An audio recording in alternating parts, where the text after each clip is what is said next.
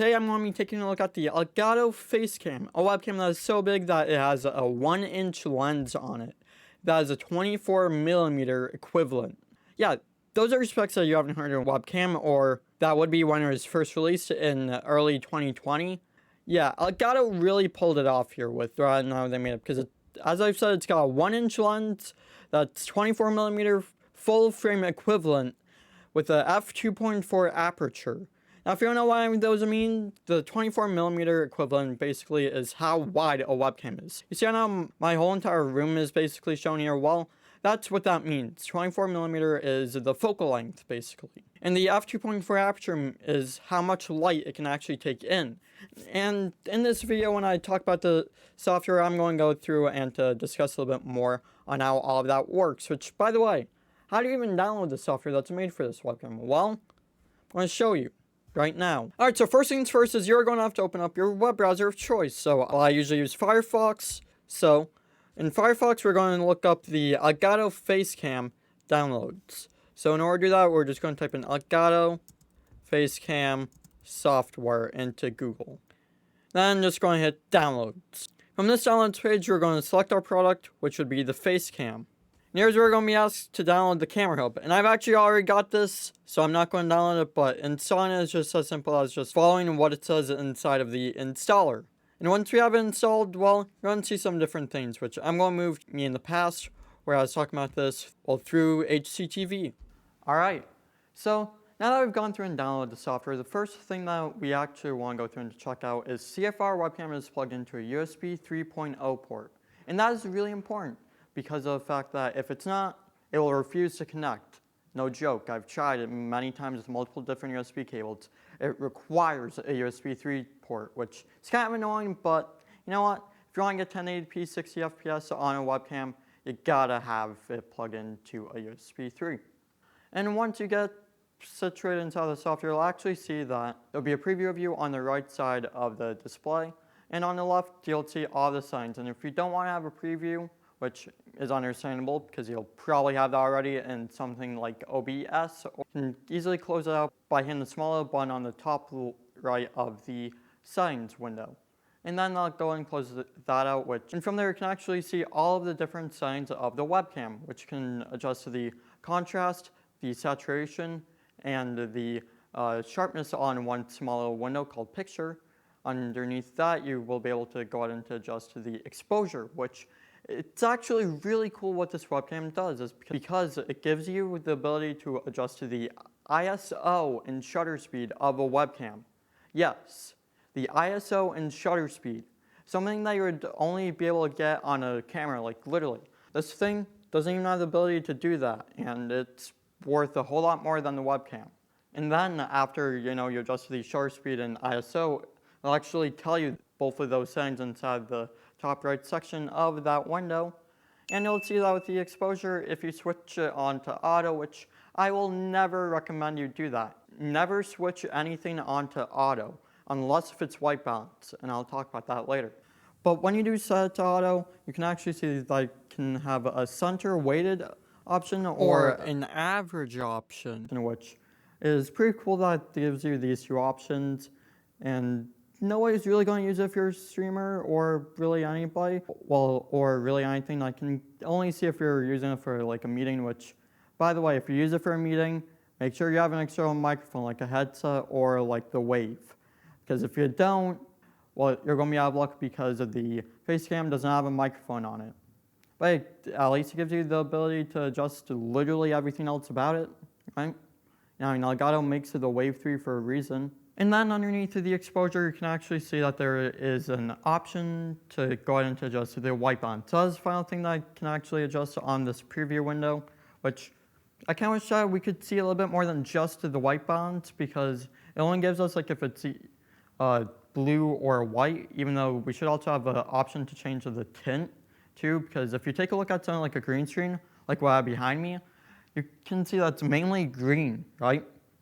So if the webcam made it pink and it was on the correct white balance, how the hell are we going to fix that with something like OBS? We can't, which kind of sucks.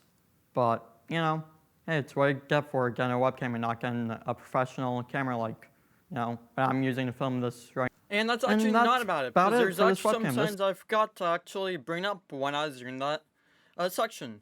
So one of the things I actually forgot to bring up, it also, well, it gives you the ability to change the zoom / field of view by just going through and to just hitting this up or down. And it also gives you processing options like noise reduction and an anti-flicker, which for some weird reason I can't adjust for that. I don't know why, it's just not there, which is kind of strange. And one of the cool things with this webcam is the fact that it's got built-in storage, meaning that you can actually save your settings. And you can also restore it to factory details by hitting the small menu option. Alright, let's cut back to the video.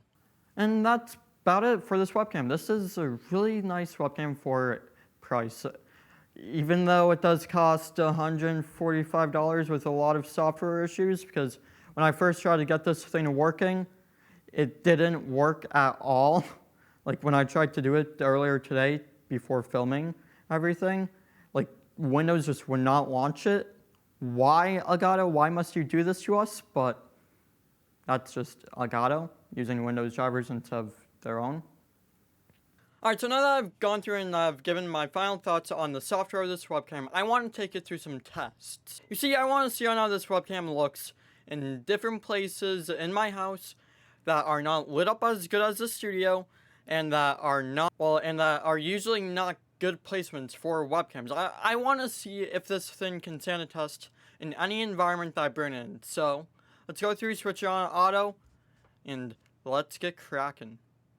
So this first test is being conducted in the same area that I was just in, but instead with no front lights, with only just this one overhead light that's right behind me. And as you can tell, it definitely doesn't look that good, but at least you can still pick me out of the background. And speaking of the background, what happens if I don't have no overhead light, but just all my normal lights? Let's go test that. And this isn't how it does. It actually does a really good job at brightening up my background while still keeping me in focus. Like, this actually doesn't look that bad. However, I want to adjust some slight settings in here. I'm just going to go through and to turn down the compensation a lot. Oh, it's really compensating. Okay, cool. I'm going to turn it up down a little bit. I'd say the white balance is really weird right now because it is on auto, which is the main reason why I say you should never have it on auto. Don't put anything on auto. Though the focus right now is actually doing really good. Let's go through and turn it on to average. Not bad still. Like, that's actually not that bad of an autofocus. And then the white balance is going to be turned off of auto and set to my own liking. It'll be about 3800 Kelvin because that's about where my lights are at. I'd say one thing that I can definitely tell is the fact that it's a lot greener than magenta in this type of setting, which is a little bit weird, and you can definitely see that on my face and on my shirt, because this shirt is actually a little bit dimmer than it's showing. And I do have the noise reduction on, which doesn't really do that much in this type of setting. Well, let's see if I can make it look good in this setting. You know what? I don't have to change anything. My shutter speed on 1 av 120, which with shutter speed you want it to be double your frame rate in order to get the best quality out of that frame rate. And then with the ISO, you just want it as low as possible. Just because if you have it really high, it will look really grainy and really noisy, which you don't want on a webcam. If I zoom in a little bit, right? This doesn't look that bad at all. Like, I might actually stream in this one time during the night. Good job, Elgato. Now let's take it upstairs to my room where it'll have probably its hardest time trying to do what it wants to do. Alright, so here we are now inside my room. And it doesn't look too bad. Like, you can definitely see that I'm not lit up properly, but this is probably what you would expect out of somebody who's just starting streaming. I mean, it looks a lot better than my Media did, and a lot better than the Logitech did. And I do actually have it zoomed in a little bit, just so that then you guys can see a little bit of my background, so yeah. Now, I'm going to go through and open up the shades, and let's test it. And now that we are over by the shades, definitely see that it looks a lot better. And it does definitely put a little bit more of like a orange on my face, which is a little bit weird, but you know what? Hey, that could also be because I'm staring straight into the shades, which is also straight into the sunlight. But yeah, doesn't look too bad. I did a pretty good job. I want to zoom out a little bit. Actually, for the fact that this is on auto, this looks really good for the exposure side. Like, it doesn't look too bad. It's the same exact settings on the shutter speed, and the ISO is at 102, which is probably what I set on here. So, not bad, Elgato. Not bad at all. I like it right here, to be honest. It's not that bright, but it's not that dim. Good job. Alright, now it's time for the final test of this webcam, which you can probably already see right behind me, and that'll be the green screen test. And you know what? It does a freaking fantastic job at it. Like, this is on how it looks without any transforming or anything like that. So let's go through, transform, reset. There we go. And it actually does not look that bad. Like, you can literally see the fact that it's got wrinkles and stuff inside of it, which was something that you couldn't see at all on Naver Media or anything like that. And it still looks really clear and really good on the preview itself. Like, this does not look that bad. And if you take a look at my strap itself that this guitar controller connected to, also looks really nice. And my green shirt that I'm wearing is not getting keyed out, which is unusual for anything that's not, that's not, a phone camera or anything like that. Now let's see how well this thing looks without the chroma key. That's the right color. Yep. It works. Definitely. Yeah. Alright.